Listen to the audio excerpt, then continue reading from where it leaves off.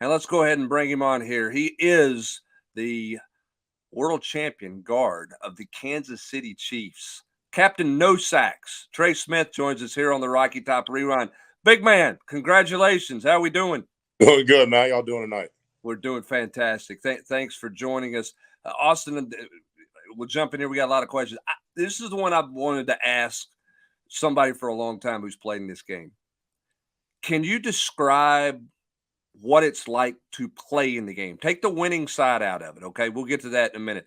The week, the build-up, I mean, as a kid, we all watch the game, right? As adults, we all watch the game. We see the circus around it all week long. To be in that moment, Trey, to have wanted that growing up as a kid, and that's been such a big part, football is a big part, what it feel like just to get to play in the game? Yeah. Man, dude, like such a rush of emotions. You're not necessarily just nervousness or anxiety. It's just the build up to the moment. You talk about the week of preparation. I'll take it all the way back to the AFC Championship game. Like the fact, okay, you're realizing I'm about to go play in the Super Bowl. It's crazy.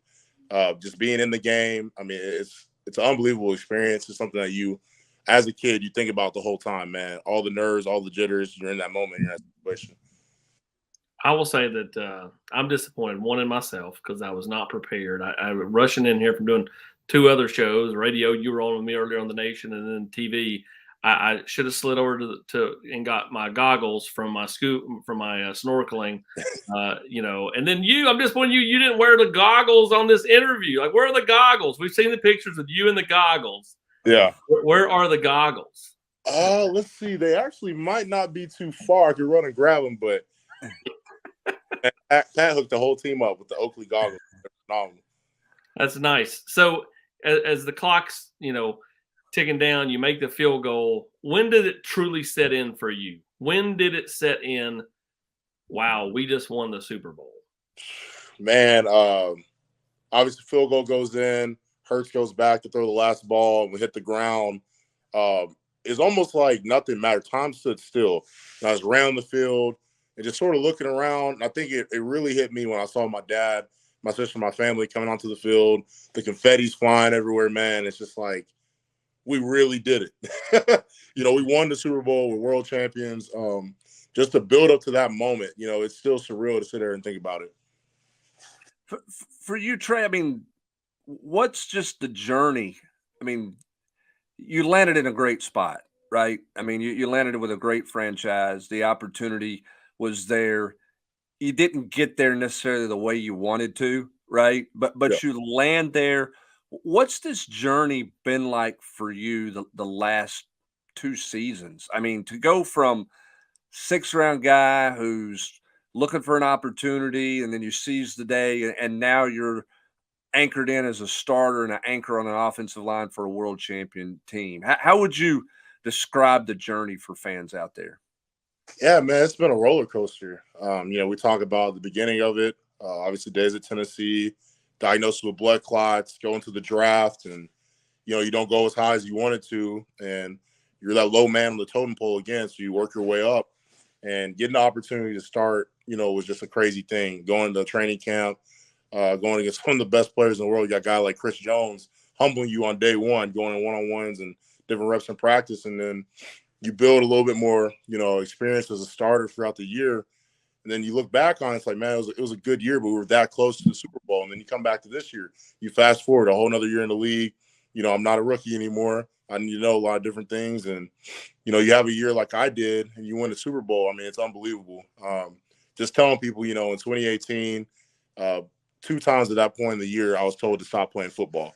And then, you look where I am now, I'm a Super Bowl champion. So it's nothing but God, he had a plan for me, but I mean, it's been a roller coaster, man. A lot of ups and a lot of downs, but here I am. All right. So you brought it up, and I don't want to deep dive into all of that, but emotionally, how do you get through, I guess, your 2018? How do you get through that part of the roller coaster? Yeah, a lot of it was I was relying on my faith. There are a lot of hard days, man, like almost 6 months just working out, grueling heat in the summer, off-season program, how hard that is. And it's just like, you don't know if you're even going to have the opportunity to play football anymore. So there are a lot of times, questioning, man, is it worth it?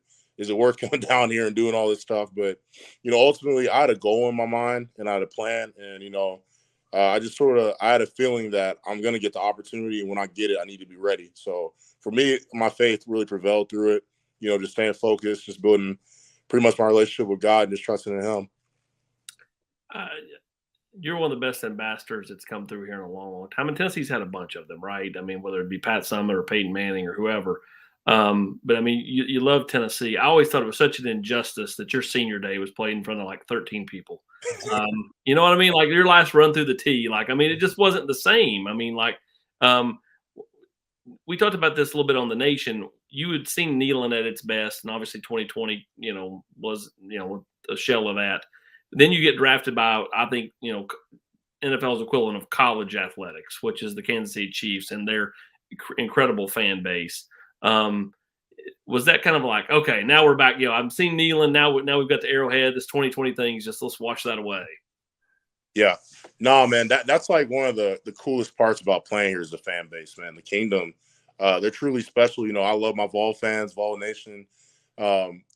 And I sort of, like we talked about earlier, you sort of get that same feel, playing Arrowhead, playing in front of them. We've gone to different stadiums across the league, and that tight-knit, passion for the athletics of fans, it's not the same like the Chiefs. It's not the same like Tennessee, obviously. But, it's really special to play in that environment. And even going back to senior day, man, just the fact that I got to run through the tee one last time, I still loved it, man. I'd still do it all over again. So when you see Tennessee having this success this year, and they're 11-2, first 10 wins in over 20 years, and win the Orange Bowl. We saw so many of these kind of after the Florida game, after the Alabama game, these players in the NFL who had made bets with their teammates who were Alabama guys or Florida guys, and those guys were having to pay up. Any instances like that for you this year with your teammates? Yeah. Man, my Alabama guys got lucky. I had Jaron Reed on our squad last year. We used to talk a lot of trash to each other. But unfortunately, there were no Bama guys on our roster when we beat them. I let everyone in that building, that hotel we were staying in, know that we won that game. So I was running all screaming and yelling. I wore my orange and stuff the whole next day. But I think the best one I have is I got at Cornell Powell and Justin Ross. So Cornell and I, we got drafted together. I mean, from day one, I was just talking mess about Clemson the entire time. Like, man, whenever we see you guys, we're going to beat you. You guys aren't that good. Y'all don't play anybody, et cetera, et cetera. And then the fact that we got grouped up in the bowl game, I made a bet with both of them that when we beat them, they're going to have to wear the real orange, Tennessee orange. So I got some good pictures of them, and I let them have it on social media too. But that was fun, man. That's great. I mean, I love it when guys do that. I mean, I love, and look, if you'd have lost the bet, you would have wore it, but because that's the college part never goes away. I mean, it's who you are and it's what you're about because of that experience. I think that's fantastic. Football wise, one more question for me from a football standpoint. You knew you were talented. You knew you had the ability to play. Has there been a game? Has there been a drive? Has there been a block where you said, whether it was in training camp your rookie year, sometime during your rookie season, even your second year, where you said, yeah, like I absolutely belong. I can handle people in this league. Did you have a moment like that? Or did you already coming in like, hey, I got this, I'm good? Yeah. Coming into the league, it was just like, it's the unknown, it's like, do I belong? What's it going to be like? Obviously you hear about people being bigger, faster, stronger. You know what you're going against, seeing these guys since you're a kid. And I think my moment came early in training camp. Obviously a guy named Chris Jones, we all know about him. Yeah, he's good. And dude, going against him, my rookie year in camp last year, there were some moments where, okay, pass pro reps for one-on-one where I get them here or there. And it's just like, okay, if I can block him, I belong in this league. I can do it at a high level. And, being able to play against a player of that caliber, man, can't thank him enough just for all the, the reps that you get, man. They're priceless. But I think those moments blocking him my rookie year were probably some of the bigger ones. We love to talk about your love for wings, especially in Jackson. A lot of good barbecue out in Kansas City. Take us through your best eats in Kansas City. For Vol fans that may venture to Kansas City to either watch you play or just be going through town, Let's hear your YouTube review.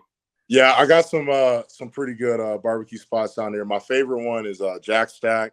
Really good on the burn ends. They have these lamb ribs they got, dude, unbelievable. Q39 is a really good spot. Blind Box Barbecue is sort of a little hidden one, and BB Lawnside, they have some really good burn ends there too. So, but I'd say my number one, Jack Stacks. Oh, honorable mention, Original Joe's. You gotta go to the original location. That one's special. All right, so answer me this: is this story that you would buy 50 wings in Knoxville, and you would just throw them in the fridge overnight, and then you got up the next morning while everybody else is eating eggs and toast or whatever, you just rolled out and finished off the back half of that wing order? Is that a legit story, or is that one of is that Trey, you like to fish a little bit too? Is that one of those stories that's Yeah. as you've left, it's gotten to be a little bit more than what it is, or are you really a 25 wing morning breakfast guy? Yeah, unfortunately, that's true. I take them down, dude. I'm not a big breakfast guy. I'm not huge. I love my pancakes though, but I'm not the biggest breakfast guy. So I would go to Big Kahuna Wings, order 40 to 50 of them, like you said, as many as I could take down, and take them down the morning after, bro. Where in the world did they find that picture? They found that one deep. Let's see. There's some other good wing spots. A guy, Nappy Wings, used to love him. And then Studio X in Knoxville. They call it the Chicken Shack now. They have some of the best wings. So I used to call myself the wing enthusiast because I'll take them down, I'll judge them. So I mean, are you eating them hot, like for the next morning, or is that like a naked wing that you don't use the dipping sauce for breakfast, or are you rolling some hot wings, nuclear wings from the night before for breakfast time? Nah, man, I'm just putting them in the air fryer, getting ready to go and fresh. But they're already seasoned, so they're hot. They're hot Yep. wings at 7:30 in the morning. Yep. Dude, what a stomach. Holy smokes, what a stomach you got on you. That may be the best body part you got, Trey. It may not be your shoulders. It may not be your ability to roll your hips into a block. You may have the most ironclad stomach I've ever heard of. Yeah, it's legendary. Just ask Mays about it. It's legendary. How much do you enjoy? Like, I don't think you didn't play Carolina this year, did you? No, we didn't. So, but when you get to run into some former Vols or some former teammates or former acquaintances or recruiting or whatever, after games or before games in the NFL, how much does the college pride kick back in, as Hubs was talking about earlier? Yeah, it kicks back in pretty hard. That's some of the coolest moments, seeing guys from Tennessee. I'll put like Josh Palmer, playing them 2 times a year with the Chargers. Seeing Matthew Butler this year with the Raiders, and honestly, I want to play Cade, with the Panthers at some point. But that's really the cool part about it is, these guys that you have a great relationship with, you played ball with for years, and then they're succeeding at the next level and being able to share that joy. I know, I think last year, our preseason game against the 49ers, seeing like Emmanuel Mosley, Jawan, those guys, and just chopping it up with them. It's awesome, man. That's the best part about it. We talked about Darnell when you were on the Nation earlier tonight. To see kind of where he's come from a maturity level, not just play. Obviously, he had a great year, but from a maturity level and how much he's grown under Coach Ellerby. How much have you got to talk to Coach Ellerby when you've been in town, and then just kind of Darnell? Your talks with Darnell. How much do you feel like he really helped Darnell the last couple of years? Yeah, no. Every time I go to Knoxville, I usually hang around the complex a little bit. And I think the last time I went down there, middle of the season, Coach Heupel and staff were gracious enough to let me in, just sort of sit in the meeting. And every time I go to Knoxville, I always see Coach Ellerby. He's one of the nicest guys, and he's done a phenomenal job with that group. And just seeing the way Darnell's progressed since day one when he got there, and then seeing him in the meeting room, the level of professionalism he was bringing, the attentiveness to the meetings, and he was even interjecting and helping out from time to time and teaching other people. So, I mean, it's awesome to see. I'm really just excited. I can't wait to see him progress to the next level in the league. But talk about a guy who has really matured and taken it on himself to get better this season. It was really fun to watch him. Trey, for you, how much pride? I mean, you were part of laying the foundation. It didn't, when you came to Tennessee, you talked about getting Tennessee back, and COVID messed everything up, and it didn't end, the record wise, everything you wanted to accomplish. But how much pride did you have in what, and how much have you enjoyed watching this team play, particularly this last year, knowing that so many of those guys were your teammates, that you're a part of helping form the culture that Josh Heupel took to a different level, but you laid a lot of that foundation. How prideful are you of that? Man, extremely prideful. I know in my bio for a long time, even after 17th season, I had a proud Tennessee Volunteer at the top of it. So for me, there's an immense sense of pride when I put on the power tee, when I wear my orange. You can ask people down here, I always wear my Tennessee gear. Like, I'm never going to shy away from where I come from and the fact that I played there. But being able to watch them excel this year the way they did, even a sense of excitement in the Kansas City Chiefs building, passing people by, talking about, hey, you saw the game, man, they look good. It's special, man. And the thing about Tennessee is so great. It's been a sleeping giant for a minute, and it's starting to wake up again. And it's so freaking exciting to see. You look at the amount of kids and students that are coming into the University of Tennessee, the excitement around the net. We have a Blitnikoff Award winner. Watching these guys excel at the highest level and get this university, this organization, the more respect that it deserves. It's so much fun to watch. All right, let's take Chief Kingdom out of the equation here. Where's your where did you have you enjoyed playing most in the NFL? Maybe it's to shut a fan base up. I guess I probably know the answer to that one already. I did watch a few Travis Kelce interviews, so I probably know the answer to that one. But where have you enjoyed playing? Maybe that you had on your bucket list, and hey, I'd like to play there someday. I know you haven't gotten to them all, but is there one or two places that you really enjoyed playing in that venue outside of Arrowhead? Yeah, I don't want to add on everything, but playing in Philadelphia was a really incredible moment.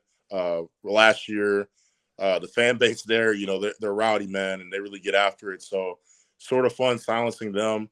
I think another one, like the one Creed and I talk about a lot, is playing in Baltimore at a night game and be more. That was our first NFL road game. I remember seeing Ray Lewis come out. He does his dance before the game, and you get like chills down your spine. Like, man, that's Ray Lewis. Those are two really unique ones. One that I really want to play out one day is in Dallas, I guess in Arlington in that stadium. That's sort of a place I always wanted to play at as well. But I would say Philly and Baltimore were probably my top two. What's the biggest thing? I mean, we talked a little bit about this earlier, but now that you've kind of got the Super Bowl out of the way in year two, playing with house money in a lot of ways, but I know you're still driven. Besides more Super Bowls, what does Trey Smith want to accomplish? I want to really just start impacting more lives, and for me, start giving back more. So I want to get a football camp done. I want to give back to the community of Jackson, where I'm from. Help out people who really need help and just really give back. That's sort of one thing I'm sort of drafting up right now. Like, how can I help other people out? Ultimately, accolades, things of that nature will come, if I do my job.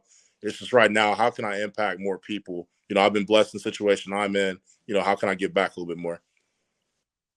Well, that's who you are. I mean, that's the mainstay. It doesn't matter if you're in high school or you're in college or in the NFL. That's you to the core. It is all the community service stuff you did in Knoxville, and I know the stuff you've already started to implement in Kansas City, and I know how much that Chief Kingdom has fallen in love with you, and only going to continue to fall in love with you.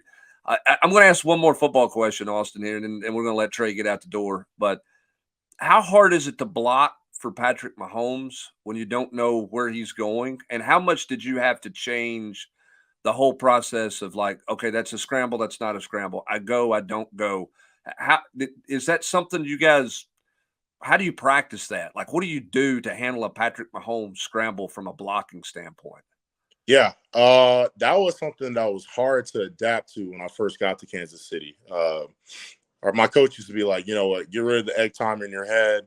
You play with one of the most explosive playmakers in the NFL. He's going to extend plays. And for me, it's more so, okay, I understand he's going to roll out here where he might be extending a play. I need to sprint, make sure he's covered up. The main thing for me is just like, okay, as long as I can block my guy and just sustain my block and strain to finish, I'll be good. But it's definitely something I had to adapt to. But in the same breath, Pat does a great job of avoiding people getting free and making plays. So he makes it really easy to operate. But I think that was just something a little different to work with, man. It's just, straining to finish with this guy because he's going to extend the play. You're never out with the 15 behind you. Well, Trey, man, we appreciate you. And, it feels like just yesterday we were out there in that auditorium in Jackson and you were putting on the Tennessee and leading Rocky Top with the student section out there at USJ. And now you're a Super Bowl champ and heading into year 3, you're ready for that big contract year. Pay him, pay the man, pay the man. I appreciate it, man. Yeah, you're awesome, man. Congratulations. I know it's been a fun ride. Continue great health, great off season. Looking forward to what you're going to do on the field. But continue to look forward to the impact you make with so many kids and youth and adults off the field, whether it's in Knoxville, Jackson, Kansas City. Godspeed, my friend. Thank you. Appreciate y'all, man. Hey, thanks so much for watching the video here at Volquest on YouTube, the leading source of University of Tennessee football, basketball, and recruiting. Be sure to check out our latest video right here and our latest live show right above it. All that at Volquest.com and Volquest on YouTube.